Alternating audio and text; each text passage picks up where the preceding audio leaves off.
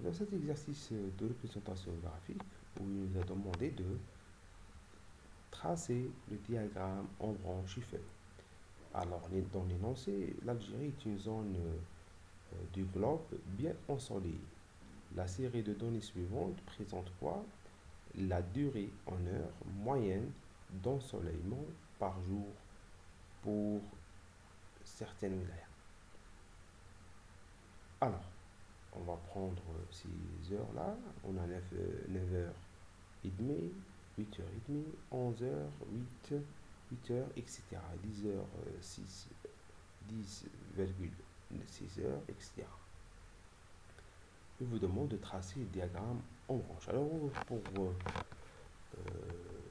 pour dire que le diagramme en branche et feuille, c'est une représentation, on va dire, verticale, où dans la partie gauche, on va mettre ce qu'on appelle les branches, c'est l'axe, on va dire, et dans la partie à droite, on va mettre les feuilles, c'est-à-dire les virgules ou le deuxième, les unités, d'accord, surtout si on a un chiffre de dizaines, etc.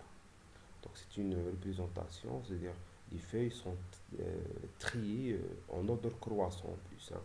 Si on commence par la petite valeur jusqu'à la plus grande valeur. Alors ici, bien sûr, il y a ce qu'on appelle une échelle à choisir. Ça peut être 1, 2, etc., 5, 10. En tous les cas, il faut ce qu'on appelle, lorsque l'on choisit l'échelle, il faut bien adapter aux données les données existantes. Alors, cette méthode-là, elle est très répandue dans certains pays, comme le Japon, qui est utilisée par exemple pour montrer les horaires, on va dire, dans les stations de métro, de train, etc. Alors, on va prendre notre exemple. La première des choses, le classement de la série, il doit être fait par ordre croissant. Donc, le classement est nécessaire. Alors, le classement, pour cette partie-là, on va le mettre juste en bas, comme suit. Voici. Premièrement, nous avons classé les données par ordre croissant, comme vous pouvez le remarquer. 8, 8,1, 8,2, etc. jusqu'à la dernière valeur des données qui est 12 heures. Puis, on va venir pour trier ce qu'on appelle les branches et les feuilles. Alors, on peut remarquer que la première valeur, c'est 8, et la plus grande valeur, c'est 12. Alors, on peut remarquer ici que les valeurs sont trop serrées.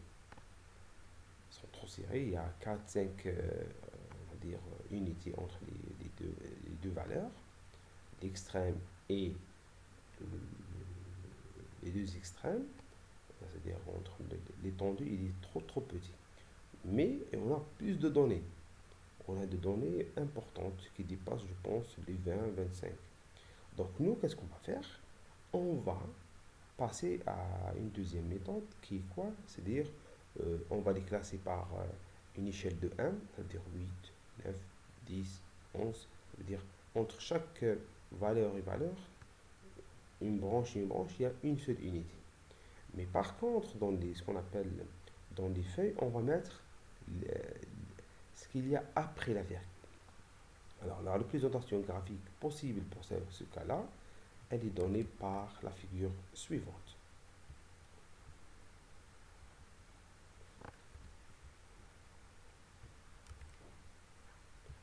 Alors, la représentation graphique, elle est là, comme on peut le voir. Alors, qu'est-ce que j'ai mis ici? À gauche, j'ai mis les branches. Alors, j'ai mis 8. C'est la valeur 8 qui est là. 8 qui est là. 8 qui est là, vous voyez. Puis 9, j'ai la valeur 9. Je commence par 9, 9,3, etc. Alors, j'ai mis que les valeurs, on va dire, sans virgule. 10, 11 et 12. Alors, par contre, maintenant, pour mettre les valeurs après la virgule, je dois les classer comme ça. Alors, qu'est-ce que j'ai comme 8? J'ai un seul 8, virgule 0. Je dois marquer le 0 ici. Après, j'ai 8,1. Je dois marquer le 1. Alors, c'est comme si cette ligne-là, comme la barre que vous voyez ici, c'est ma virgule. Vous voyez? Donc, c'est 8,0. 0, c'est 8. 8,1, etc. Je termine 2. Alors, j'ai 2, j'ai 5, j'ai 6, j'ai 7 et j'ai 9. Et avec cette représentation, j'ai tracé toute la ligne nécessaire pour la première valeur. C'est-à-dire la première, on va dire, classe, la première partie. Alors maintenant, je passe à 9. Alors j'ai 9 combien? 9,0. Je dois marquer 0. 0. Puis j'ai un deuxième, j'ai un 9,3. Alors je dois marquer 3. Mais j'ai un deuxième 9,3. Je dois marquer une deuxième valeur, 3. J'ai un troisième 9,3. Je dois marquer 3. Etc. 4, 5, 6 deux fois, 8 et 9. Vous voyez, donc plus les valeurs de ce qu'on appelle 9, plus on a plus d'effectifs, plus les feuilles sont grandes, sont longues, on va dire. Vous voyez, parce que on peut remarquer ici que on a des valeurs de 9 virgule sont plus grands que l'effectif de 8 virgule. Vous voyez. Alors, de la même façon, je termine mon tableau. Alors, pour la valeur 10, j'ai combien? J'ai 10, alors je dois descendre ici. Voilà. J'ai 10, 10,1, 10,1, 10,3, 10,6, 10,8. La même chose pour 11, j'ai 11 et 11,6. Et je termine avec la dernière valeur qui est 12,0. Je dois donc la signaler ici dans ce qu'on appelle ce qu'on appelle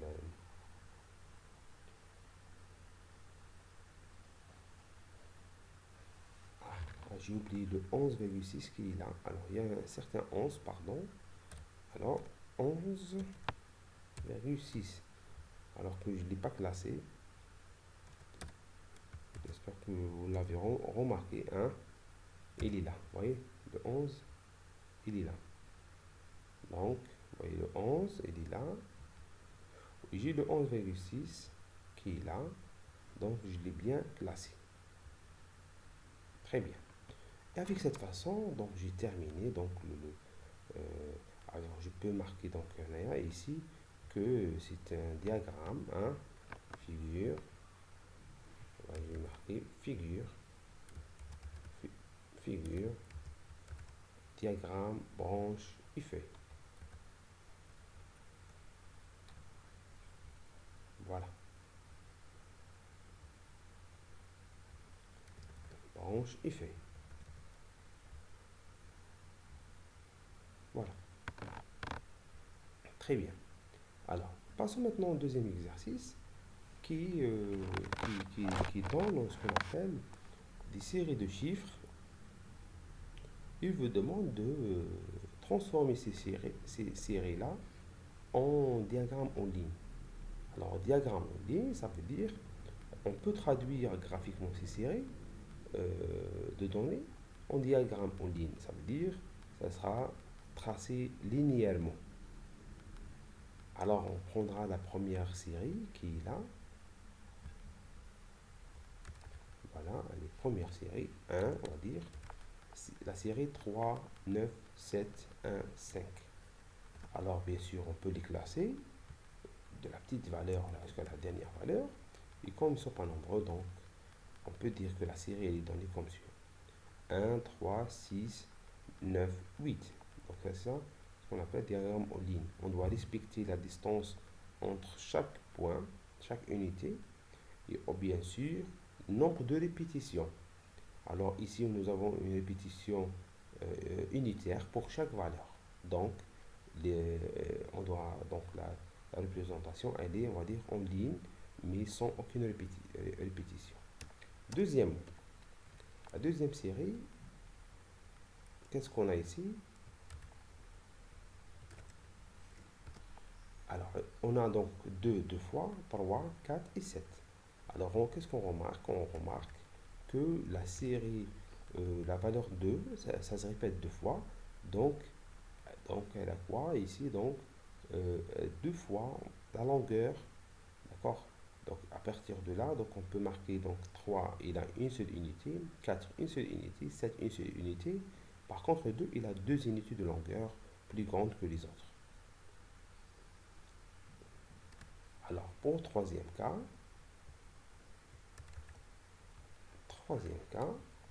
alors vous avez cette série aussi longue aussi, dont les répétitions des chiffres, elle est claire pour les chiffres 4, le chiffre 7 et le chiffre 8. Donc, la représentation, elle sera comme tout à l'heure. Le 2 se répète une fois, le 3 une fois, le 5 une fois, le 6 une fois. Par contre, le 4 et le 7 ils se répètent deux fois. Et le 8 il se répète trois fois. Donc, il a trois unités. Le 7 et le 4 ils ont deux unités. Oui. Donc, nous avons respecté ce qu'on appelle le nombre de répétitions des unités. Et avec cela, donc, j'ai terminé donc, ce qu'on appelle le diagramme, la représentation du diagramme en ligne.